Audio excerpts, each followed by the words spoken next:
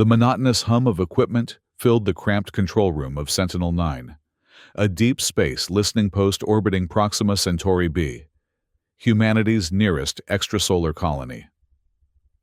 Dr. Maya Lin adjusted her headset, eyes scanning the familiar patterns of cosmic static dancing across her monitor.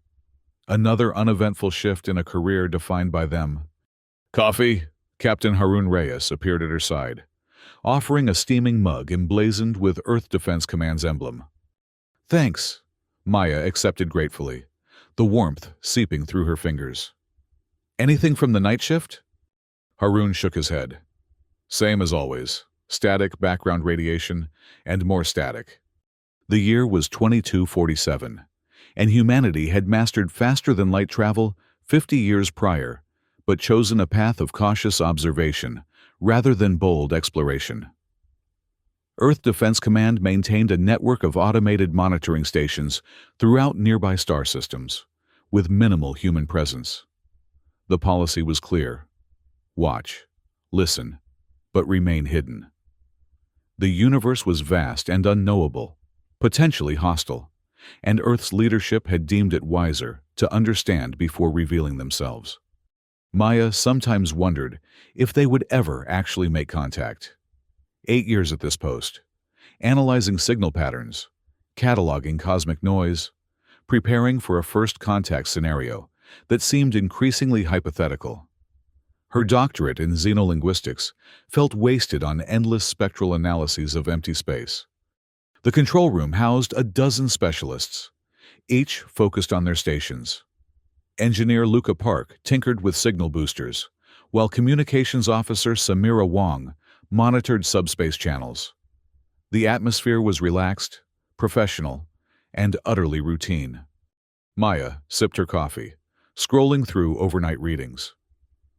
"I'm thinking of requesting a transfer back to Earth. There's a research position opening at the Xenolinguistic Institute." Harun leaned against her console.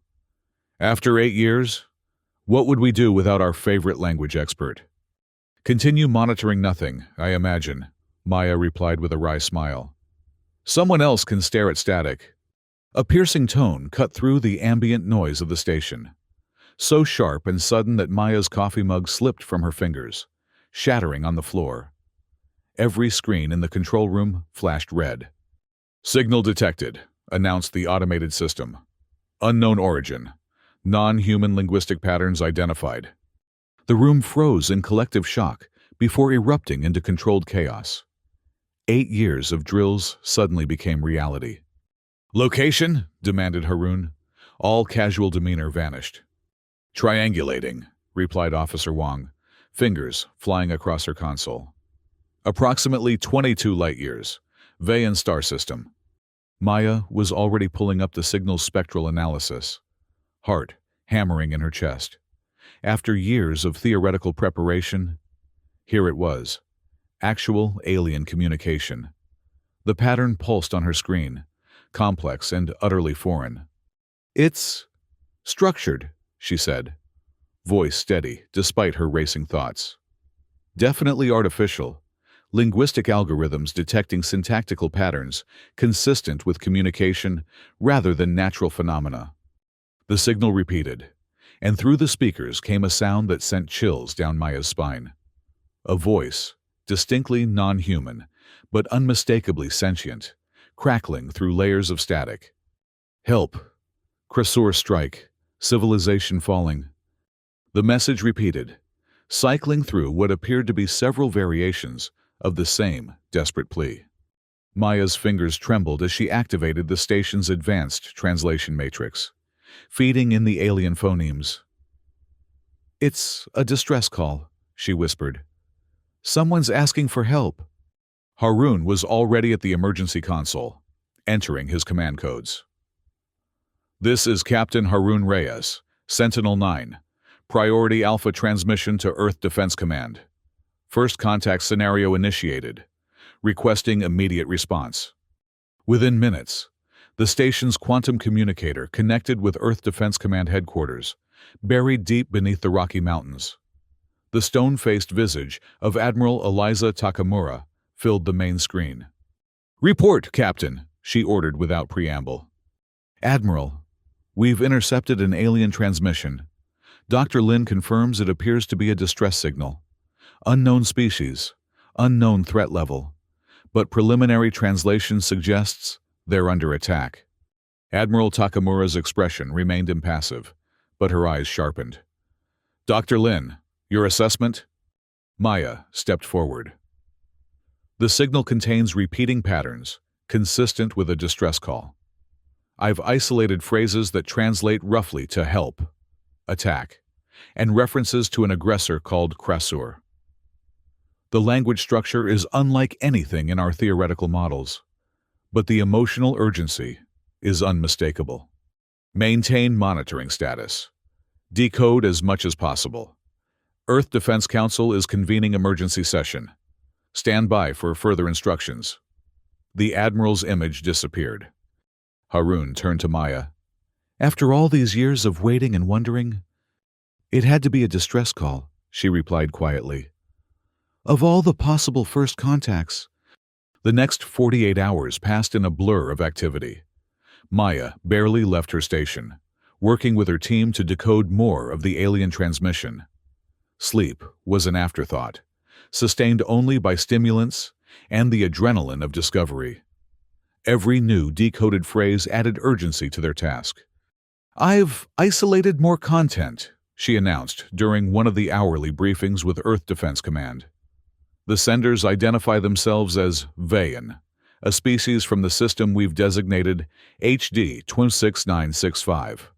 They describe themselves as a peaceful, spacefaring civilization under assault by a militaristic empire called the Krasur. Admiral Takamura nodded. "Continue." "The message contains coordinates for multiple worlds under attack. Based on the transmission patterns, several planets have already fallen.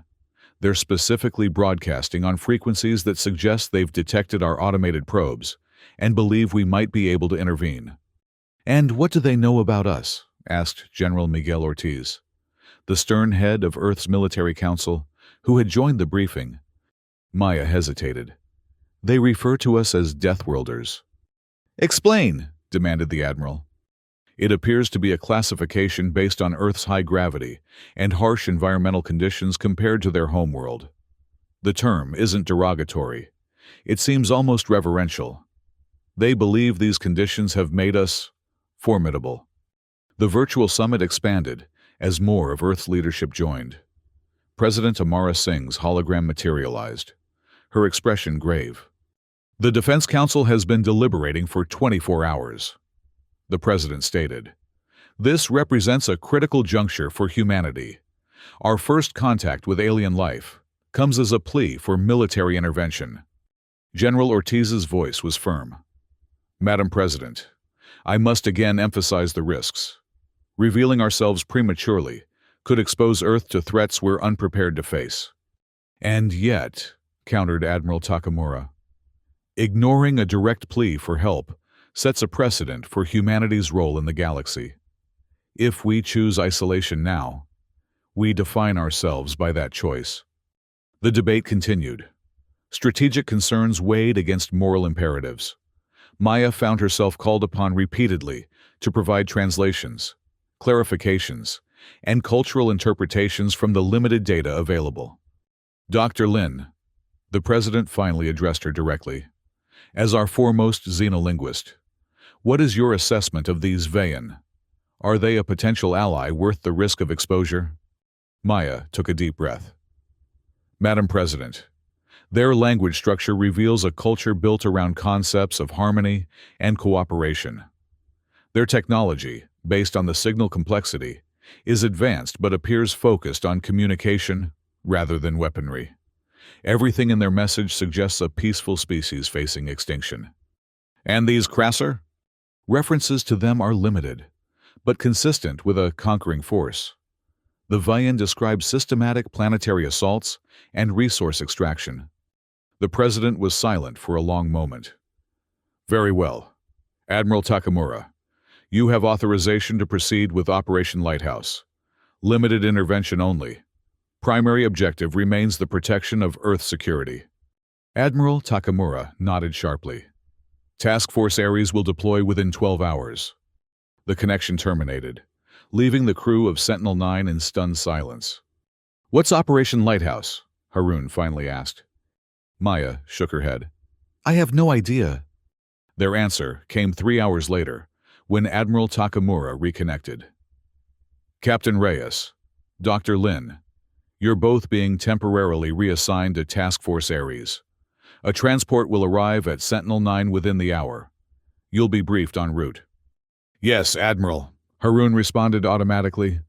After the Admiral disconnected, Maya turned to Harun, her expression a mixture of excitement and apprehension. This is really happening.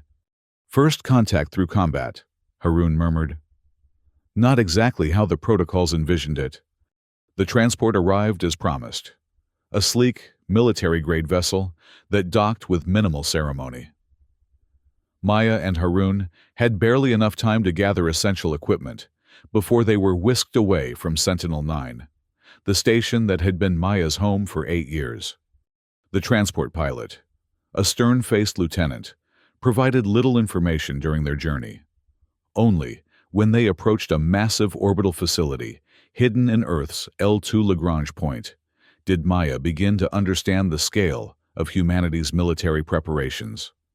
3 warships hung in the void, unlike any vessels Maya had seen before. Sleek, predatory shapes with matte black hulls that seemed to absorb rather than reflect light. Welcome to Task Force Ares, the pilot announced. The tip of humanity's spear. They docked with the largest vessel, the HES Artemis. Inside, organized chaos reigned as crew members prepared for imminent departure. Maya and Harun were immediately escorted to the command deck, where a tall, imposing woman with close-cropped silver hair awaited them. Commander Lana Voss, she introduced herself, her handshake firm. Welcome aboard the Artemis. We have exactly 9 hours before jump, and I need both of you up to speed. The briefing that followed revealed the true extent of Earth's preparations. For decades, while maintaining an official policy of non-interference, Earth Defense Command had secretly developed a rapid response force capable of projecting power across interstellar distances. 3 ships, Artemis, Apollo, and Athena, represented humanity's most advanced military technology. Operation Lighthouse has been on standby for 15 years, Commander Voss explained. A contingency for exactly this scenario, a civilization under attack that might become an ally rather than a threat. 3 ships against an empire? Harun questioned, studying the tactical displays. Commander Voss's smile was cold. 3 ships built by Deathworlders. The Krasur have never encountered humans. They have no idea what they're about to face. The next several hours were a whirlwind of preparation. Maya worked with the ship's communications team to refine translation algorithms, while Harun integrated with tactical. The crew moved with practiced efficiency, despite never having deployed on an actual mission before. Engineer Luca Park, who had also been transferred from Sentinel-9, led a team recalibrating weapon systems based on the limited data available about Krasur defenses.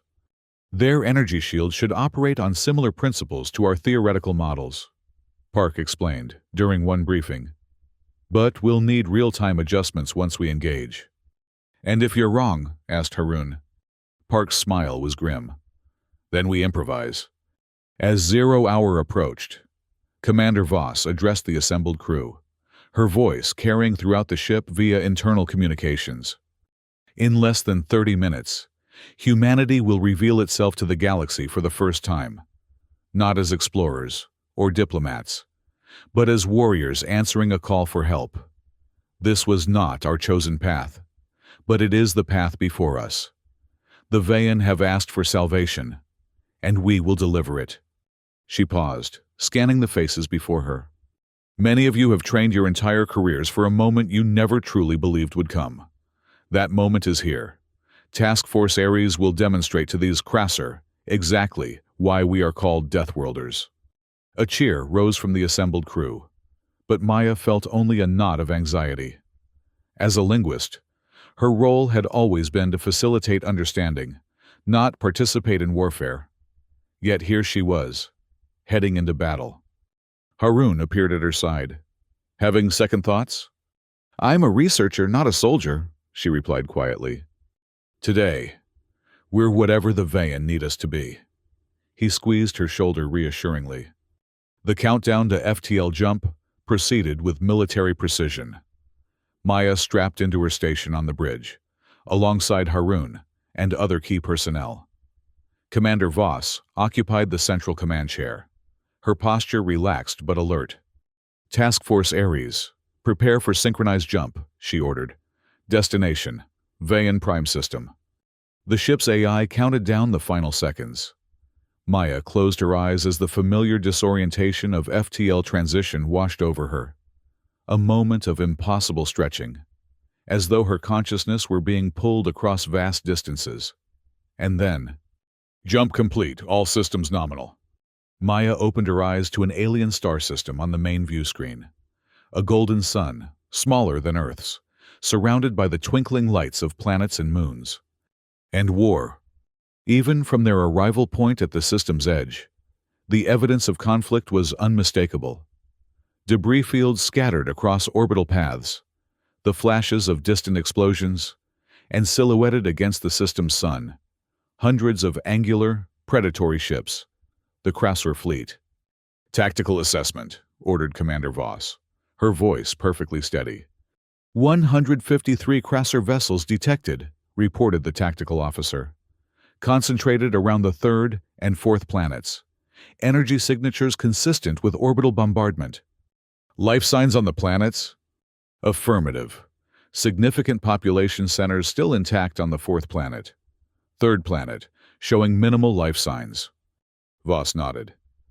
"Dr. Lin, broadcast the response message we prepared. All frequencies." Maya activated the communication system, sending the carefully crafted message they had prepared, based on the decoded Vayan distress call. A simple response. "Help has arrived." The effect was immediate and dramatic. The pattern of Krasor ships shifted, a portion of the fleet breaking away from planetary bombardment to investigate the new arrival. "They've detected us," announced Tactical. 37 vessels altering course to intercept. "Maintain position," Voss ordered. "Let them come to us." The minutes that followed were tense, the bridge crew watching as the Krasor ships approached. Maya monitored communication channels, detecting a surge of transmissions between Krasor vessels. "They're communicating," she reported. "Confused, trying to identify us." "Good," Voss replied. "Confusion is an advantage." When the Krasor ships reached long-range scanning distance, a transmission burst across all frequencies, a harsh, guttural language that made Maya wince. "Translating," she said, fingers dancing across her console. "Rough meaning, unidentified vessels. Identify species and origin, or be destroyed." Voss smiled thinly. "Let's introduce ourselves properly. All ships, execute maneuver Poseidon." The 3 human warships suddenly accelerated with impossible speed, their formation splitting in a precisely choreographed pattern that scattered them across 3-dimensional space. The Krasor formation faltered, clearly unprepared for the maneuverability of the human vessels. "Weapons free," Voss commanded. "Selective targeting only." The Artemis's weapon systems engaged, launching precision strikes against the lead Krasor vessels, not aimed to destroy, but to disable propulsion and weapon systems. Apollo and Athena executed similar attacks from different vectors. The Krasor response was immediate, but uncoordinated. Energy weapons blazed across space, most missing their nimble targets. The few hits that connected seemed to dissipate against the human ship's advanced shielding. "Their targeting systems can't compensate for our maneuverability," reported Tactical. "Shield impact at 17% efficiency." "Continue evasive pattern," Voss ordered. "Target their command and control systems." Maya monitored the increasing panic in Krasor communications.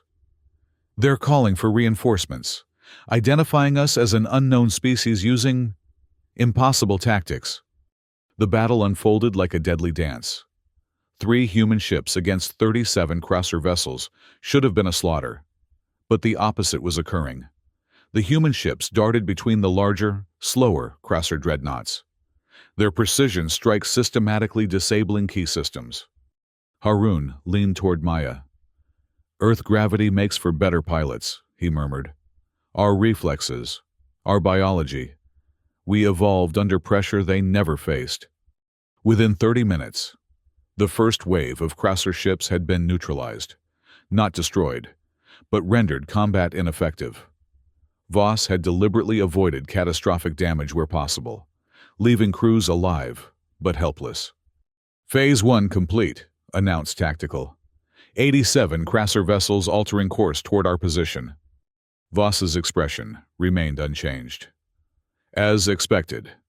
Dr. Lin, broadcast on all frequencies. Message follows. We are humanity. We answer the call of the Vayan people. Cease your aggression or face consequences." Maya transmitted the message, adding, "I'm detecting a priority signal from what appears to be the Chrysor flagship. Different encryption, likely command-level communication. Can you access it?" Maya's fingers flew across her console. "Working on it. Their encryption is complex but follows logical patterns." While Maya worked, the battle entered its second phase. The bulk of the crosser fleet now moved to engage, having recognized the threat posed by the human vessels. "All ships, execute maneuver Chimera," ordered Voss. The 3 human vessels executed a daring strategy, using the gravitational wells of the system's planets to slingshot at velocities that seemed to confound crosser targeting systems. They struck from unexpected vectors, emerging from behind moons and debris fields to deliver precision attacks before disappearing again. Maya finally broke through the Chrysor command encryption. "I've accessed their tactical network. They're in disarray. Their command structure is highly centralized, and they can't adapt to our tactics." "Can you identify their flagship?" asked Voss. "Yes. Largest vessel, near the 4th planet. Designation translates roughly to inevitable conquest." Voss's smile was predatory. "Appropriate. Tactical. All ships concentrate on clearing a path to the flagship." The battle intensified as Task Force Ares fought its way toward the heart of the crosser fleet. Despite being outnumbered, the human ships maintained their advantage through superior maneuverability and adaptable tactics. Engineer Park's voice came over the comm. "Commander, we've analyzed their shield harmonics, recalibrating weapons for maximum penetration." The effect was immediate. The next volley from Artemis's main batteries sliced through crosser shields with devastating efficiency. "They're adapting," warned Tactical. "Shield frequencies shifting." "So will we," replied Voss. "Continuous recalibration. Don't give them time to establish a pattern." Maya continued monitoring crosser communications, providing real-time intelligence as the battle progressed. "They're identifying us now as Deathworlders. The term has spread through their fleet. I'm detecting fear." 4 hours into the battle, Task Force Ares had carved a path through the crosser fleet, leaving disabled ships in their wake. The flagship loomed before them, a massive vessel bristling with weapon emplacements. "All ships, execute final approach," ordered Voss, rising from her command chair. "Boarding team, prepare for deployment." Harun looked up in surprise. "Boarding team?" "To end this quickly, we need to capture their command structure," Voss explained. "I'll lead the boarding party personally. Captain Reyes, you have the con—" "Commander!" Harun began to protest. "This isn't a debate. Captain. Dr. Lin, you're with me. We'll need your linguistic skills." Maya stared in shock. "I'm not combat trained." "You don't need to be. You'll remain with the second wave, once we've secured their command deck." Voss's expression softened slightly. "This is first contact, Doctor. We need you." Within minutes, Maya found herself in the ship's armory, being fitted with a combat exosuit designed to protect non-combat personnel. Around her, the boarding team, 20 specialized operatives, prepared with grim efficiency. "Stay behind us at all times," instructed the team leader. A compact, intense woman introduced as Major Santos. "Your suit has integrated translation systems, but we need your expertise to understand context and nuance." The plan was audacious. While Apollo and Athena provided covering fire, Artemis would execute a precision micro-jump, emerging dangerously close to the Crasser flagship. The boarding team would deploy immediately, targeting the command deck. "Boarding team, stand by for deployment," announced Harun's voice over the comm. "Micro-jump in 30 seconds. Maya felt her heart hammering as the countdown proceeded. The familiar disorientation of jump transition washed over her. Briefer than before, but still unsettling. "Jump complete. Deploying boarding team now." The deployment bay doors opened, revealing the looming bulk of the Crasser flagship mere kilometers away. The boarding craft launched, sleek and purposeful, accelerating toward their target. "Impact in 15 seconds, reported the pilot. "Breach point identified." Maya closed her eyes as the craft executed its final approach. A jarring impact announced their arrival, followed by the hiss of cutting tools as the team created their entry point. "Breaching now!" The next minutes passed in a blur of controlled violence. The boarding team moved with practiced precision, neutralizing Crasser defenders with non-lethal tactics where possible. Maya remained with the second wave, advancing only when sections had been secured. She got her first close look at the Crasser. Tall, heavily built humanoids with gray-green skin and elaborate ridge patterns on their heads. Their expressions of shock upon seeing humans suggested they had never encountered Earth species before. Commander Voss's voice came over the tactical channel. "Command deck secured. Dr. Lin, forward to my position." Escorted by 2 operatives, Maya made her way through the alien vessel. The architecture was angular and utilitarian, designed for efficiency rather than aesthetics. The air carried an unfamiliar metallic scent that her suit's filters couldn't completely eliminate. The command deck was a circular chamber dominated by a central platform. Commander Voss stood there, facing what was clearly the Crasser commander, a massive individual with elaborate head ridges and ceremonial armor. "Dr. Lin." Voss acknowledged her arrival without taking her eyes off the alien. "Our translator is working, but I need your expertise. This is Warlord Jarek of the Crasser Empire. He has agreed to parley." Maya stepped forward, studying the alien leader. The translation system rendered his speech in a flat, mechanical voice, but she could detect the underlying emotional tones. "You are not Vian," Jarek stated, his posture rigid with what Maya interpreted as controlled fury. "What species dares interfere with Crasser conquest?" "We are humanity," Maya replied, the translation system converting her words. "We received the Vayan distress call and responded." "Impossible. Your system is not within communication range of Vayan space." "We have been listening," Maya explained. "For many years, across many light years." Jarek's eyes narrowed. 3 ships. You challenged the Crasser Empire with 3 ships." "3 were sufficient," Voss interjected coldly. The alien warlord studied them both. "Your tactics are unknown to us. Your ships move in ways that defy conventional physics. You are from a high-gravity world?" Maya nodded. "What the Vayan call a death world." A ripple of what might have been unease passed through the Crasser officers. Jarek himself remained impassive. "The Vayan are weak. Resource-rich worlds wasted on a species that refuses to embrace its potential. The strong take what the weak cannot defend. This is the law of the cosmos."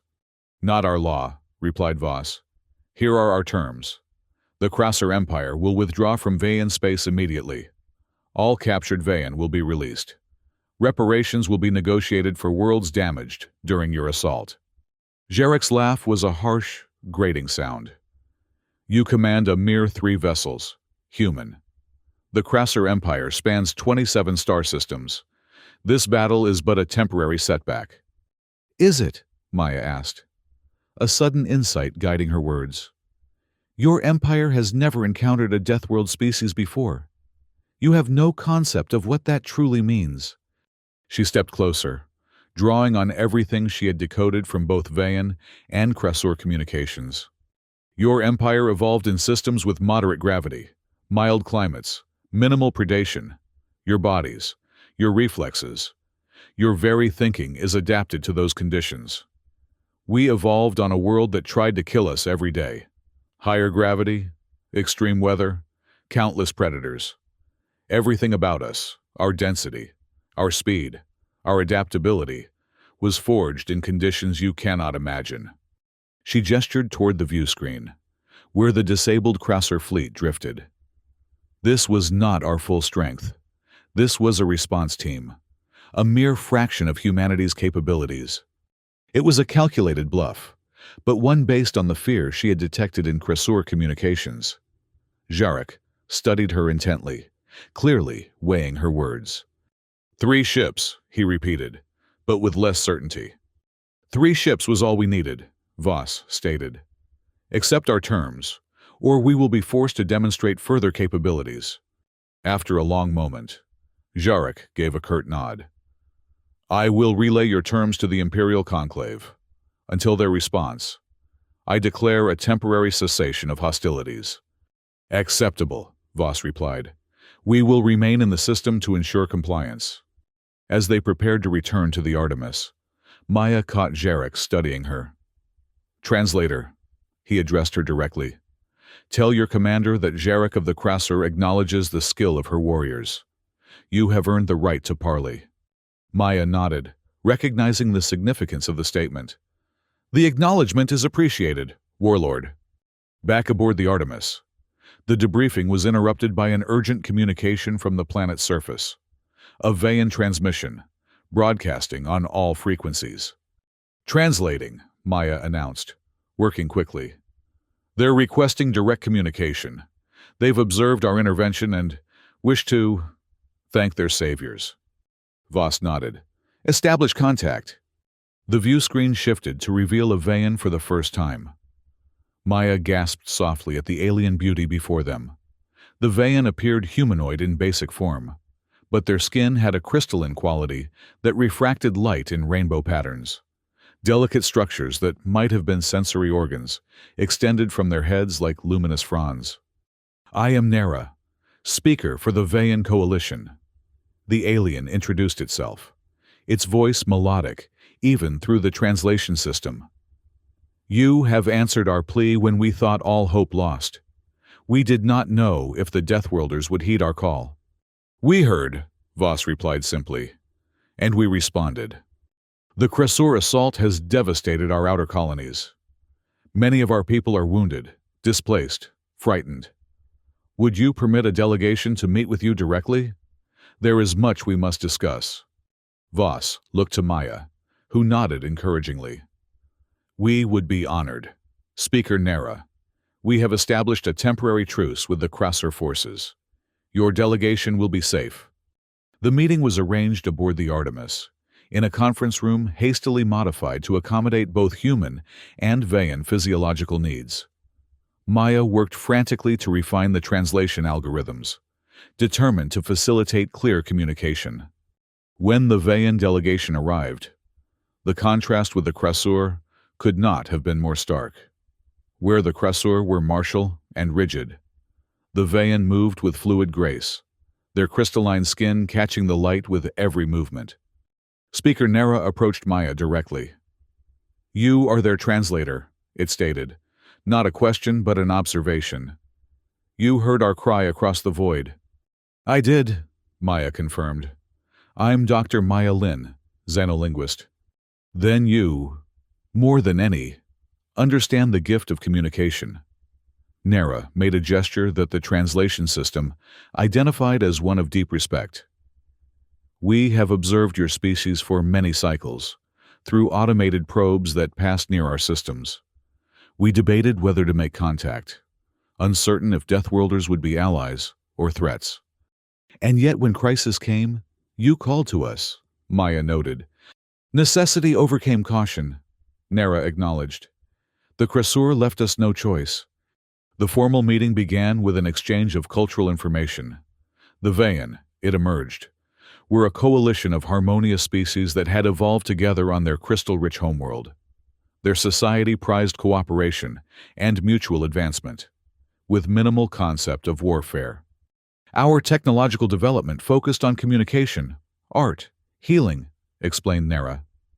When the Cressur arrived, we had no defenses worthy of the name. And now, asked Commander Voss. Now we must adapt, Nera replied, a note of resignation in its melodic voice. The galaxy has proven more dangerous than our philosophies prepared us for. The discussion turned to immediate needs: humanitarian aid for displaced Vayan, medical assistance for the wounded, human medical teams, already prepared for potential deployment, were dispatched to the planet's surface. Dr. Imani Okafor, Artemis's chief medical officer, reported her findings after the first 12 hours of intervention.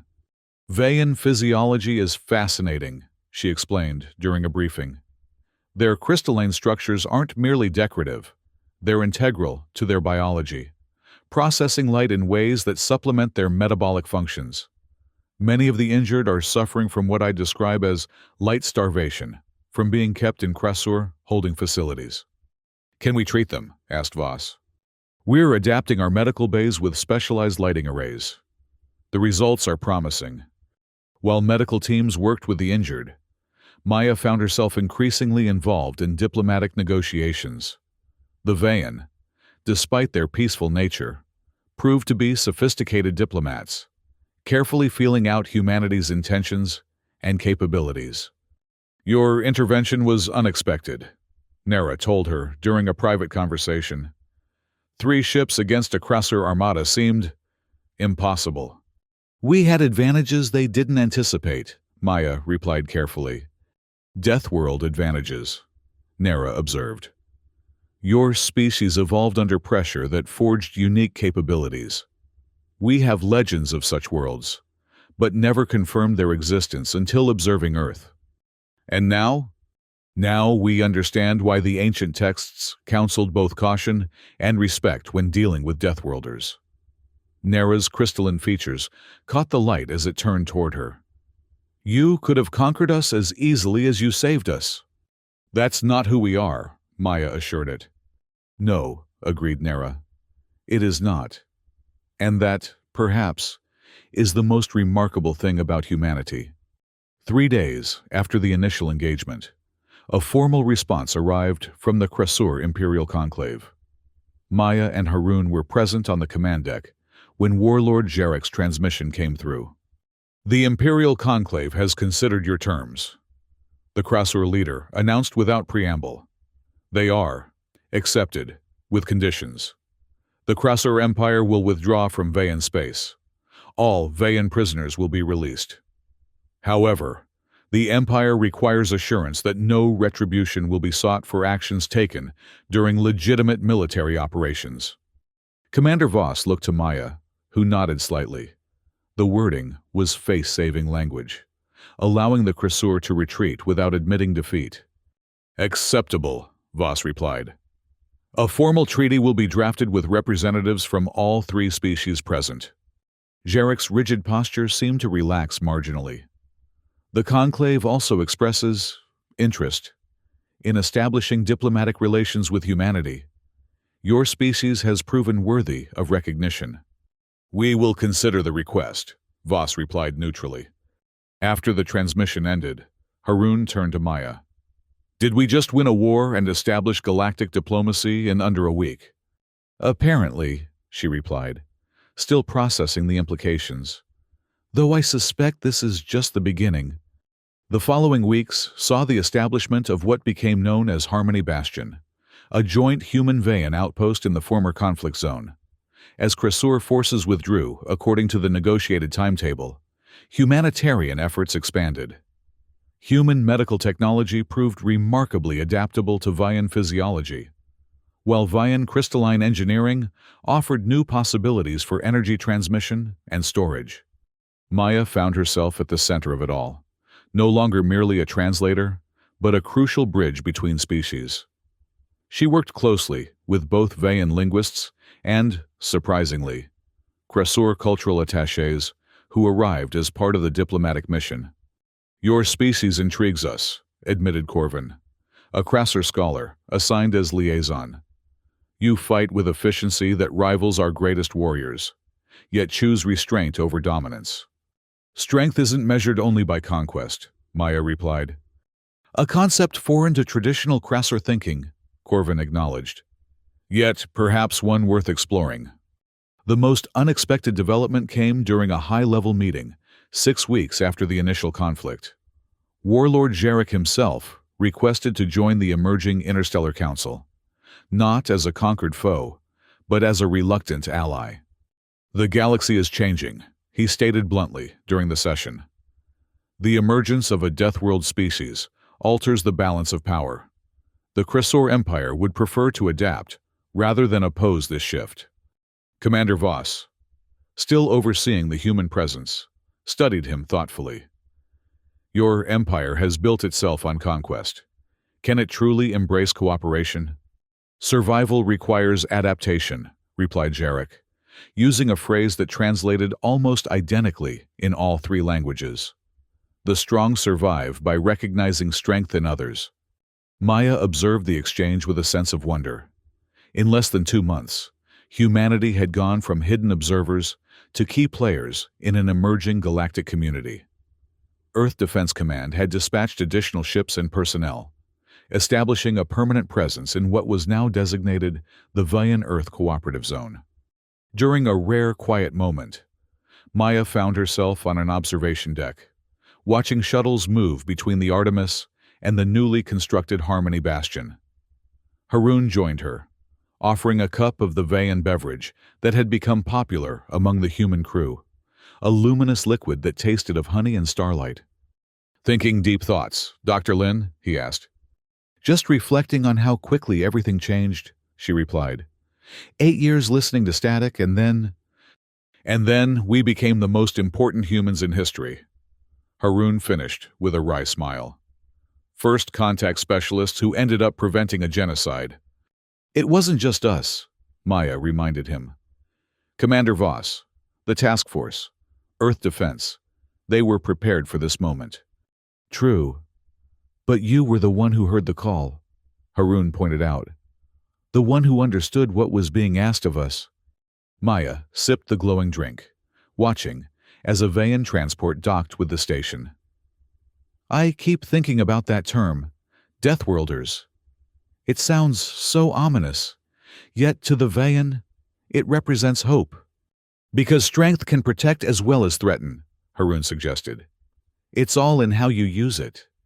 Below them, on the newly established Harmony Bastion, representatives from 3 species worked to draft what would eventually become the Trilateral Accord, the first formal interstellar treaty involving humanity. Maya had been asked to lead the linguistic team ensuring precise translation across all 3 languages. The document's preamble, crafted with input from all species, read, "Forged in crisis, tempered by wisdom. This alliance recognizes the unique strengths each brings to our shared cosmos. The adaptability of humanity, the harmony of the Veyan, and the determination of the Krasur, united in common purpose." 6 months after the Veyan distress call first pierced the silence of Sentinel-9, Maya stood on the surface of Veyan Prime, breathing alien air filtered through a lightweight mask. The crystalline cities, partially rebuilt with human engineering assistance, caught the golden light of the system's sun, refracting it into dazzling patterns. Speaker Nera approached, its movements fluid and graceful. "Dr. Lin, your presence honors us." "The honor is mine, Speaker," she replied. The translation no longer requiring external devices. A neural implant developed through joint research now facilitated seamless communication. "Our historians have named this period the Awakening," Nera informed her. "The time when the sleeping giant of humanity rose to reshape the stars." Maya smiled at the poetic phrasing. "We weren't sleeping, merely observing." "A distinction without difference to those who benefited from your vigilance," Nera countered gently. The memorial is complete. Would you join the ceremony? Maya followed the Vayan leader to a public square, where delegates from all three species had gathered. At the center stood a crystalline monument, its structure incorporating elements of human, Vayan, and even crosser design. As the light of Vayan's sun struck it, the monument projected a holographic representation of three worlds, orbiting a common center.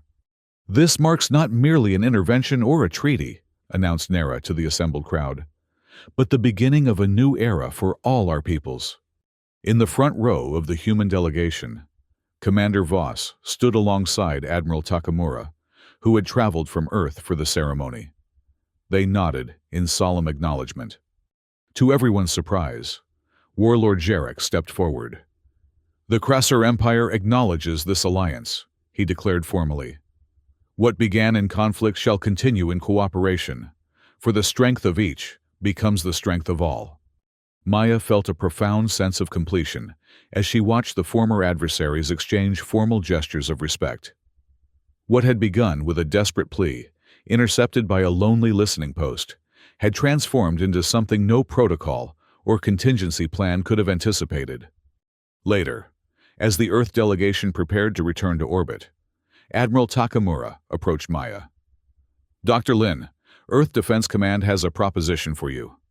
Admiral, we're establishing a permanent diplomatic corps to manage our expanding interstellar relations. Given your unique experience and abilities, we'd like you to head the Xenolinguistic Division. Maya looked out at the alien landscape, so different from Earth, yet now connected to humanity's destiny. I think I'd like that very much, Admiral. The sleeping giant is fully awake now, Takamura observed, following Maya's gaze. And the galaxy will never be the same.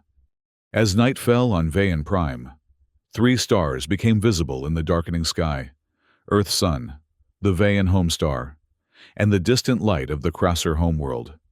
3 points in space, once separate and unknown to each other, now forever linked by a single distress call that had pierced the cosmic silence and awakened a sleeping giant. In her quarters aboard the Artemis, Maya recorded her final entry as a member of Sentinel-9's crew. First contact occurred not through careful exploration or diplomatic overture, but through a cry for help across the void. Humanity revealed itself to the galaxy not as conquerors or even explorers, but as protectors. Perhaps this was always our destiny, to emerge from our Deathworld crucible not hardened into aggression, but tempered into guardianship. The path ahead remains uncertain, alliances new and fragile, but one truth stands clear. We are no longer alone in the cosmos, and we will never again be silent observers of its unfolding drama.